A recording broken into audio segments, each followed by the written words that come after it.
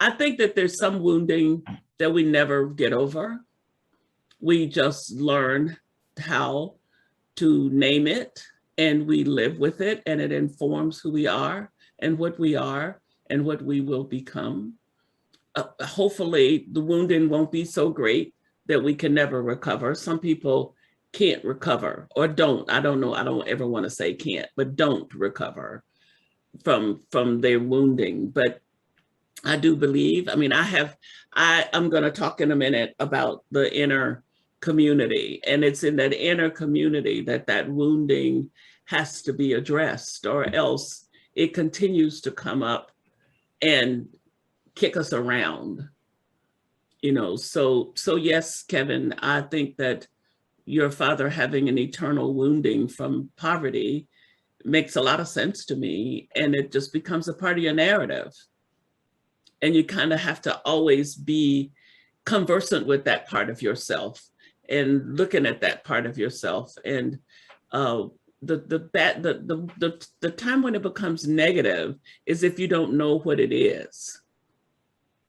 So if you spend your life being pretty well okay, but you got this wound that you didn't name, you didn't work on, you don't understand it, and then it just keeps on like oozing into the rest of your life and messing up your life, and you don't know what that's from.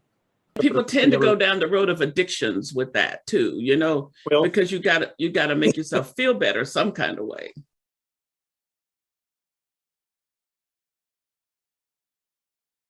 I worry about us trying to find prescriptions. Yes. We want a prescription. Give me the prescription, let me do it, and then I'll be done. Right. That just doesn't work for this. Yes. They're roadmaps, they're little pieces. It's like little breadcrumbs on the road. You just gotta keep picking them up.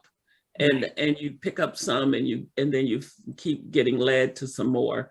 You know, there's some mysteriousness in this work that has to be abided, which is dealt with by the Spirit.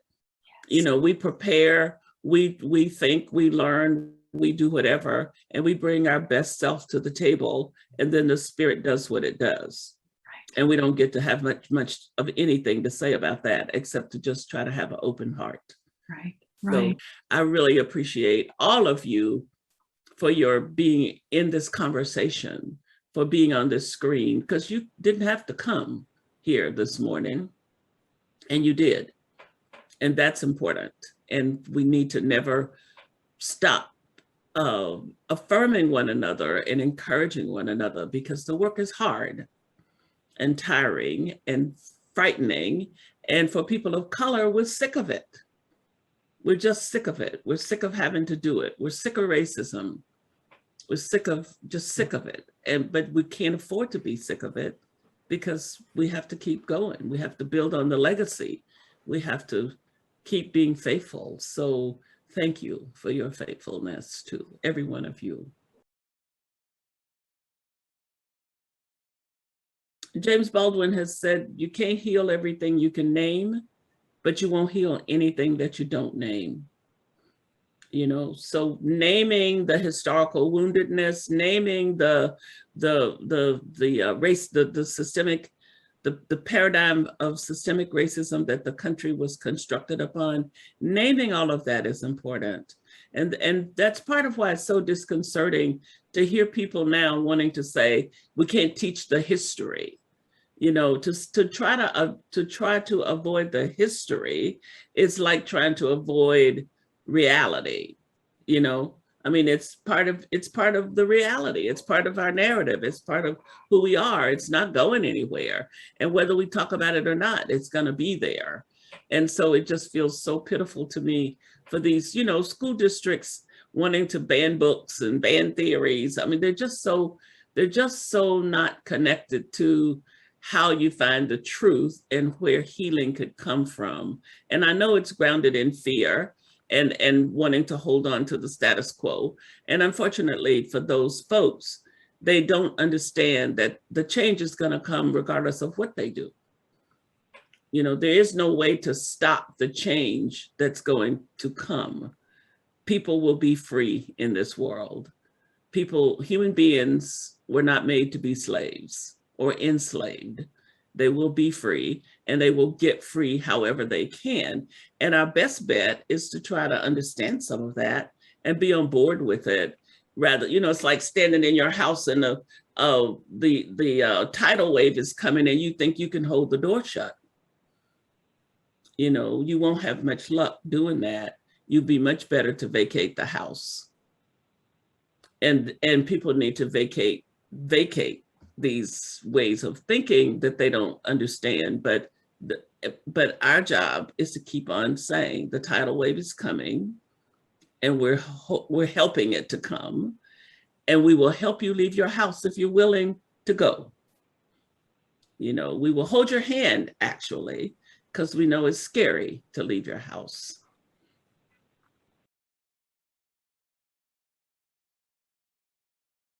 Yeah, well, it's scary to leave your house, right?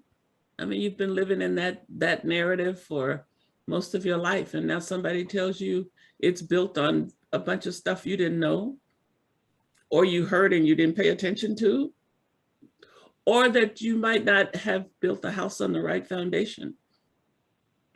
That the house might be built on a faulty foundation.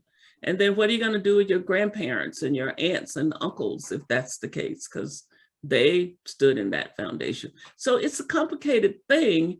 And if we want to walk with people and change, we have to appreciate the complexity and be loving and kind about it, and straight up tell the truth, and be unwilling to negotiate the truth, but to do it with incredible compassion, humility, and brokenheartedness. I mean, that to me, if you want a prescription, that's it. Brokenhearted, compassionate humility. That's it. And people will respond to that. People say, well, we got to keep people in the room. We got to keep people in the conversation. If you're brokenhearted, compassionate, and humble, people will stay in the room with you. People leave the room when you come in waving your banner of superiority. Nobody wants to be in that room. I don't want to be in that room with somebody who thinks they know everything, because I know as soon as they start acting like they know everything, they are really a fool. And I don't want to hear what they have to say. So I have found that brokenhearted, compassionate humility is the only place I can be, because I've got so much to learn myself. And every time, if you put everything together, you still have only like the tip of a stick pin understanding of the universe.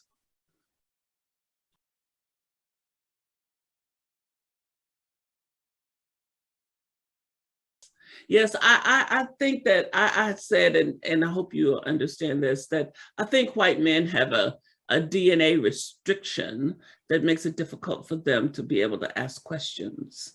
That there's something you've been told you're supposed to know everything, so you have to come in the room making declarations because you know everything already. That's the socialization that you've been given erroneously. And so it makes it difficult to come in the room and ask a question, because if you ask a question, it means you don't know. And particularly if you got to ask a question of a woman, or a Black woman, or a person of color, female, because I know this for an absolute fact, because I am a Black woman with power having to deal with white men. And I have lived through this many times. And I have said to them over and over, if you could just learn to ask a question, you could save yourself a lot of trouble, rather than declaring this great truth you declared, and you just didn't know what you were talking about. And so, pardon me, Nibs and I, for those of you who don't know, the book is called Passionate for Justice, and there's a section in it where we talk back and forth to each other about some stuff that we had different ways of seeing about. And we wanted to model that you can be a white man and be wrong, and a Black or a brown person can correct you, and you can live to tell about it. That you won't die. The world won't quit being intact. God won't disappear from the universe because somebody female and of color corrected you, you know? And so we just had, we can still be friends. And then some of it we don't ever even have to agree about. We can keep on disagreeing and still be adults who care about each other and know we just don't agree. Like that whole thing about Thomas Jefferson. Nibs really is high on Thomas Jefferson. I have no use for Thomas Jefferson. And we had this conversation back and forth. And at the end of it, we were just kind of both laughing at each other. And I said, well, I might think about considering giving him another chance. And Nibs said, I might think about not being so enamored with him. I mean, but you know, basically he still likes Jefferson a whole lot more than I'm ever gonna like him. So, but that's okay, because I love Nibs and Nibs loves me. And we don't have to agree about everything.